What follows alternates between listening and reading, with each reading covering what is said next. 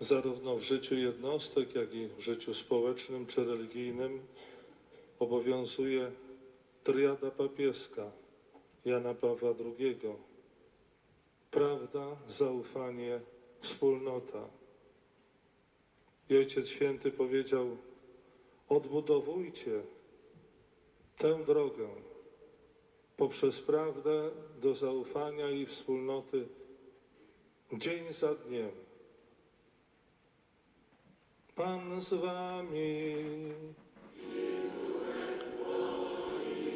Niech imię Pańskie będzie błogosławione.